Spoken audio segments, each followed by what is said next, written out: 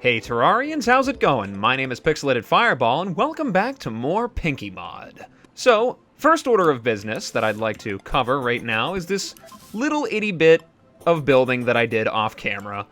And that's really all I did, I swear, no running all over the map showing you all the 30,000 things that I did. It was just this. I built myself a little arena, which I'm going to work on as I get more materials, add some wiring and all that good stuff, make it really extra fancy. But as of right now, I did it just for the Old One's army, which is not next on my list, but it's definitely one of the top 3 things that I want to accomplish.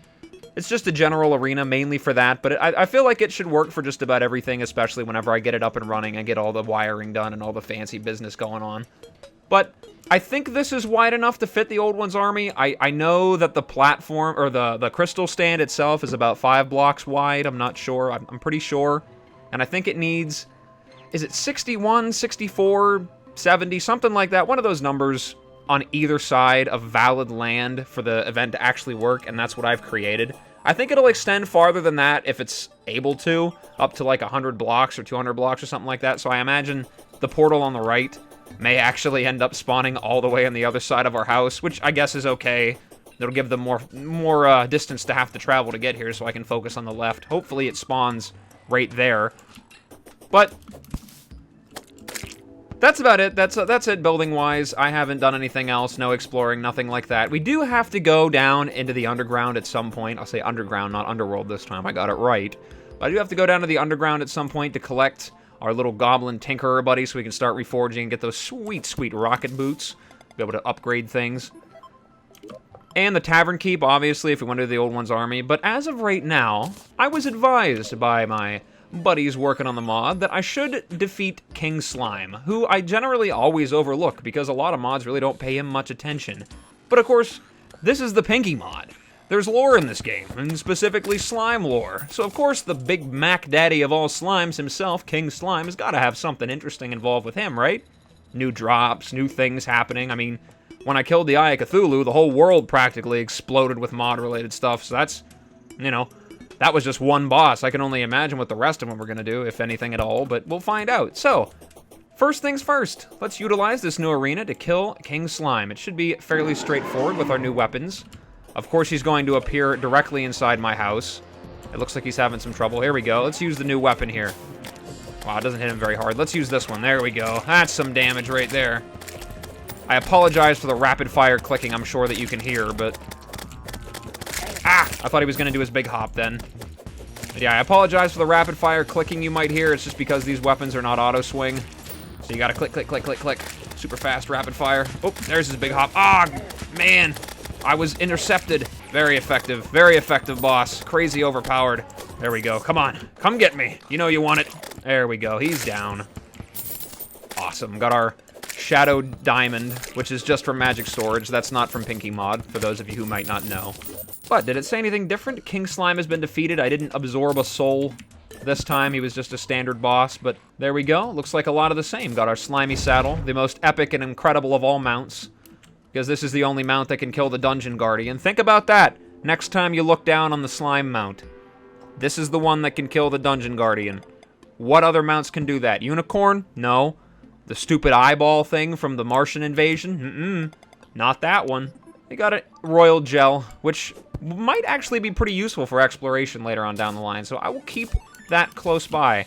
I'm sure that'll be very helpful, being that there's so many new slime mobs. I don't know if that works with the new mobs that are in the game now, but we'll find out. So let's put the solidifier in here and see if anything else fancy will come from it. Anything else new? Any new armors, weapons, anything like that? Do I need gel in there to actually get anything out of it? It doesn't look like it, oh, it does make jelly. What's that? Might give iron skin potion, poison, potion sickness, or regeneration. It's a gamble. Huh. So you're just putting a random selection of slime in a bowl and eating it. You know what? Honestly, I'm not going to argue with you. I've already eaten a weird collection of things in this game already, so you know what? What's one more bizarre thing? But yeah, it doesn't look like anything happened, but I was told to do that. Among other things, which is next on our list. Apparently new things are supposed to happen now. But next on the list that I was advised to do was take a trip over to the ocean. and check things out over there, because we haven't done that yet. We've only explored so far on our map, so we gotta head over one way or the other. I'm thinking maybe off to the left. There's a space of explored land up there for some reason. I'm not sure why, but hey, it's up there.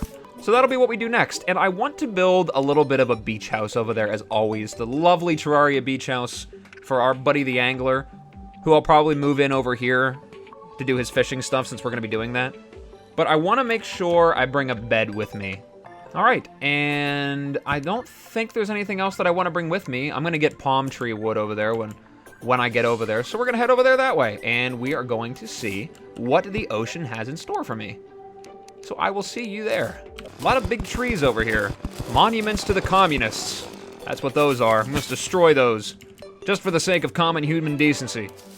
Common Terrarian decency. And the dungeon. It's up on a big hill. While I'm here, I might as well grab any water candles if I can. There's actually one pretty close to the surface. There aren't any... Oh, there we go. Got a water bolt. Nice. It's a material as well. Got furious, though. Mana cost increased. I gotta do something about that. Please don't kill me, Dungeon Guardian. Okay. No Dungeon Guardian. We're safe. We're good. Everything's good. Got a water candle for mob farming. Mob spawning. I guess that would have been correct, too, but I can't talk, so just ignore that. Big desert. What?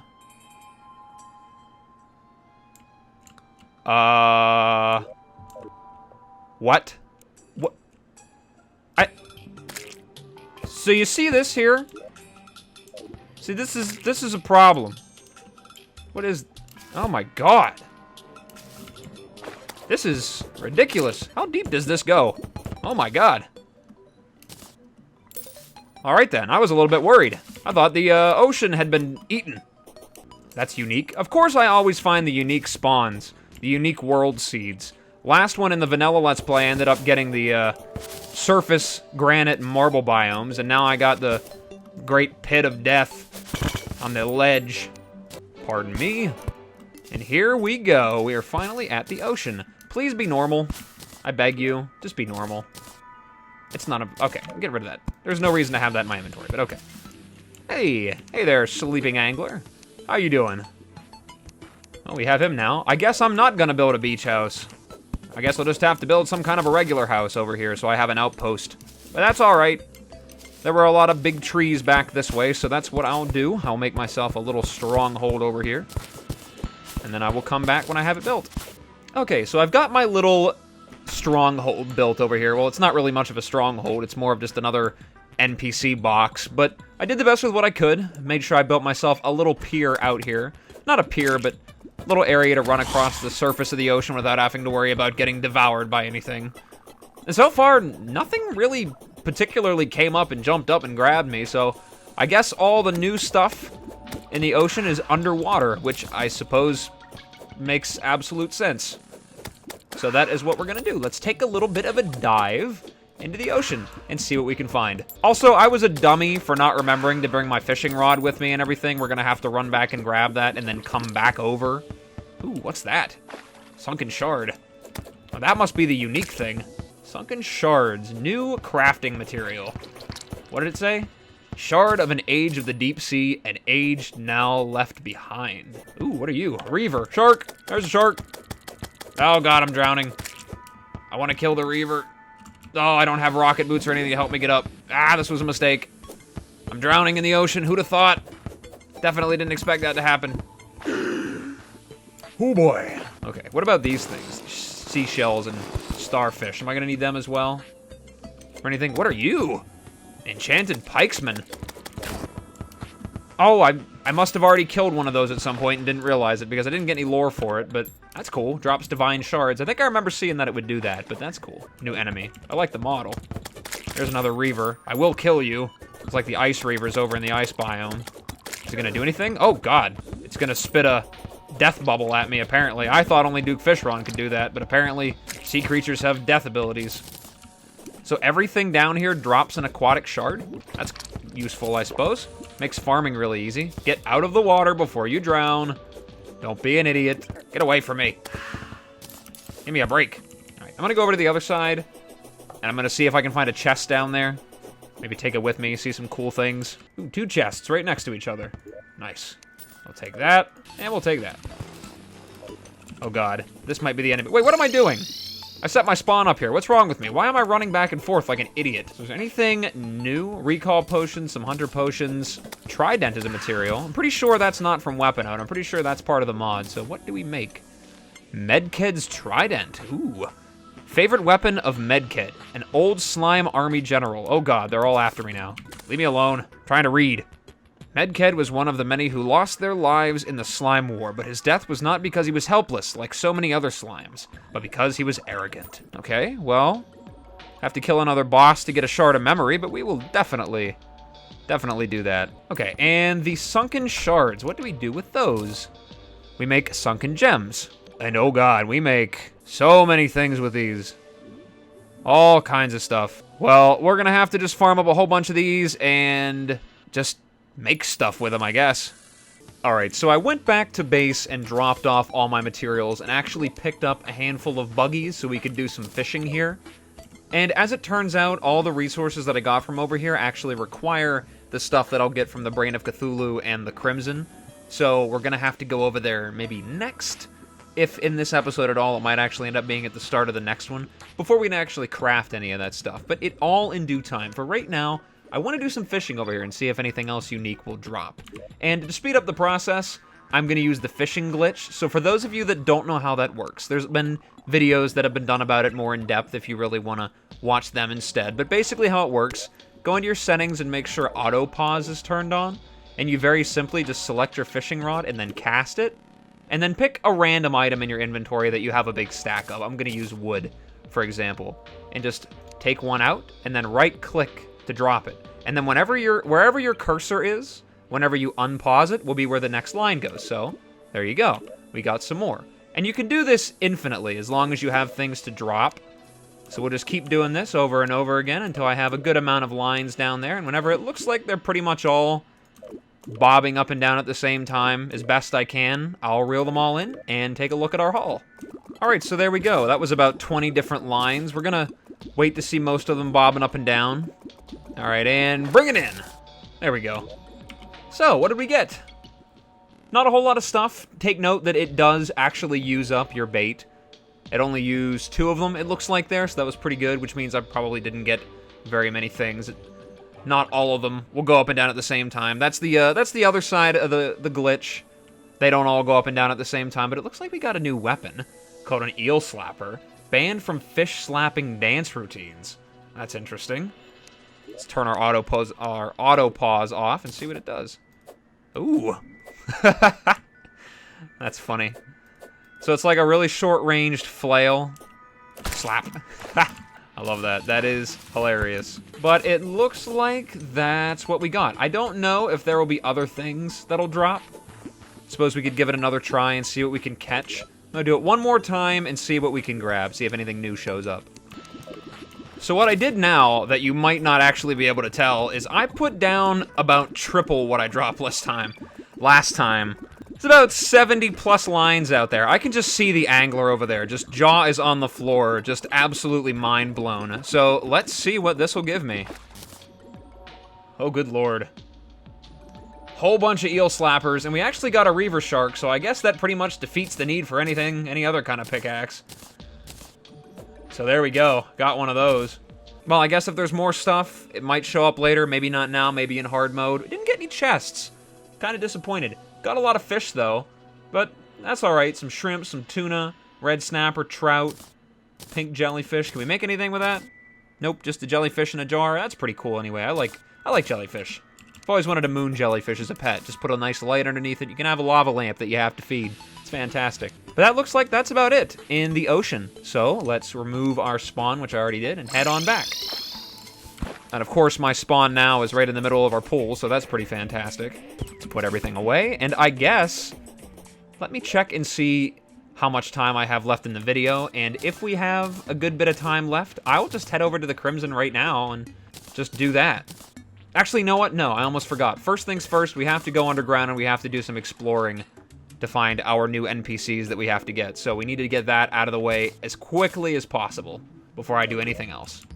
Alright, so I went down and I finally came across the Goblin Tinkerer, which actually took me a minute because while I was down there the first time, the Night of the Eyes event happened again, which, according to the people that are involved with the mod, during that event, nothing can actually spawn anywhere besides eyes on the surface. So while it does make it really useful for exploring underground and mining without interruption, it also apparently makes it so the bound goblin cannot show up. Because I was down there for quite a while running around looking for it until I decided to come up and just take part in the event because I did need some more fire souls.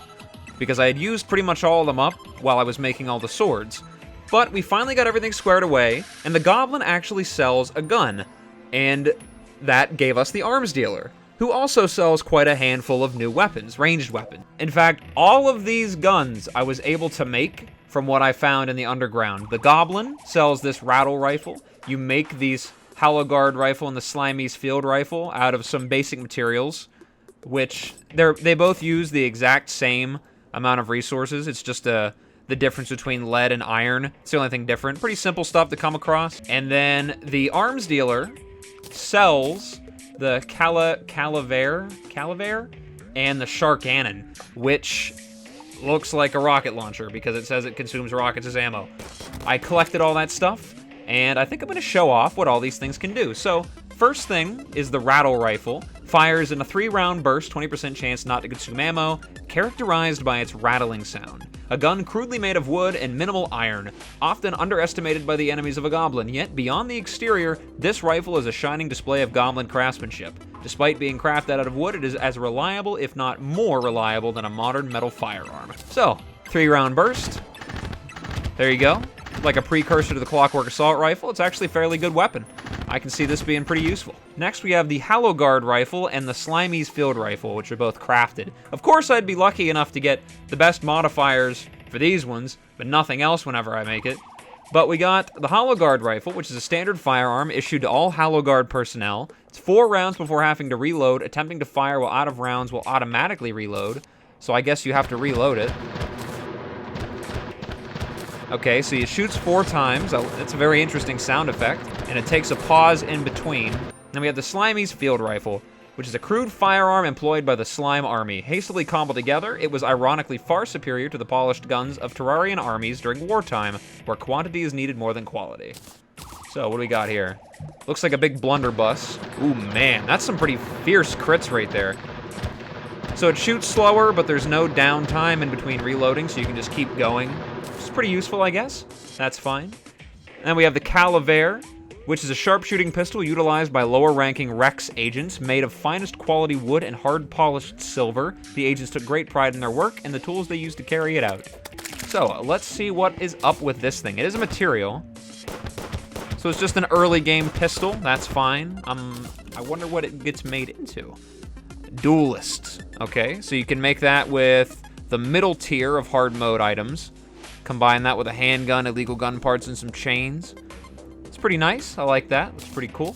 And then finally, we have the piece de resistance. A rocket launcher. Even in death, it's still trying to get an upper hand over its shark pals that became mini sharks. And we have our Rocket Zeros, which are made out of, I believe, sulfur powder and carbonium alloy, which is pretty easy stuff to come by. So here we go. Oh, that's beautiful. Auto-firing rocket launcher. I might just take this one with me to use against the Brain of Cthulhu. But there you go, a whole bunch of melee, melee. A whole bunch of ranged weapons that you can use, of varying damages and whatever your liking might be, whatever you happen to have on hand available to you, but there you go. That probably took a lot longer than it needed to explain all that stuff, but I just want to make sure that while I don't plan on using every single item that I come across, I want to show off just about everything that I can, so you see and form your own opinion about what you want to use depending on your class that you prefer. But as that did take a little bit of time, unfortunately, I feel like I'm going to end the video right here because I don't want to run the risk of the video being too terribly long. I'm trying to keep it at or around 20 minutes as close as possible and not go overboard. So I realized I didn't do very much in this episode, but I did do quite a bit of exploring, got some new NPCs, got some new weapons, saw some new creatures, some new items. So in the next episode, we're going to start off by running straight over to the Crimson and kicking some booty over there. I already came across a couple of interesting looking monsters. and I will be more than happy to show those off in the next episode. You'll see lots of those, I'm sure. So, as always, thank you so much for stopping by and checking me out. I really appreciate it. And again, as always, whatever it is, wherever you are, day or night, I hope you're having a good one of those, and I will see you in the next video. Bye-bye.